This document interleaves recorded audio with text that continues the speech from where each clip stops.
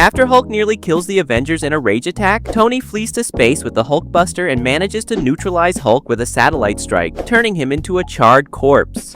Now, worried that Hulk would regenerate again soon, the Avengers agree to send his body to the government, but Hulk ends up in an illegal facility where all parts of his body are dismembered and placed in jars, and a doctor named Dr. Clive is planning to use them for experiments. Clive then uses his $7 million adamantium knife to finish cutting the heart, and as soon as it starts being transported like the other parts, the moment it gets close to Hulk's body, the heart starts beating again. Clive now mocks Hulk's head for trying to talk with no air in his lungs, and Hulk responds by flipping him off. However, as soon as Dr. Clive starts playing with the heart and realizes it regenerates whenever near Hulk's body, he leaves the lab on his hoverboard to think about how he could control this regeneration. A bit later, when Clive finds out the Avengers discovered Hulk is missing and are looking for him again, Clive becomes extremely frustrated and starts taking his anger out on Hulk, who just stares back at him, smiling. Clive then keeps yelling at Hulk, but during his monologue, the second he realizes the only reason Hulk allowed himself to be used in experiments was because he also wanted to find out what his body was capable of. Hulk snaps his fingers and breaks all the jars, immediately leaping with all his parts around the doctor and starting to regenerate around Clive, crushing him to death from his inside. However, even though Hulk manages to escape the facility, the sun finally begins to rise, and Hulk suddenly starts turning back into Banner, who believes he could still hear Clive's voice in his head.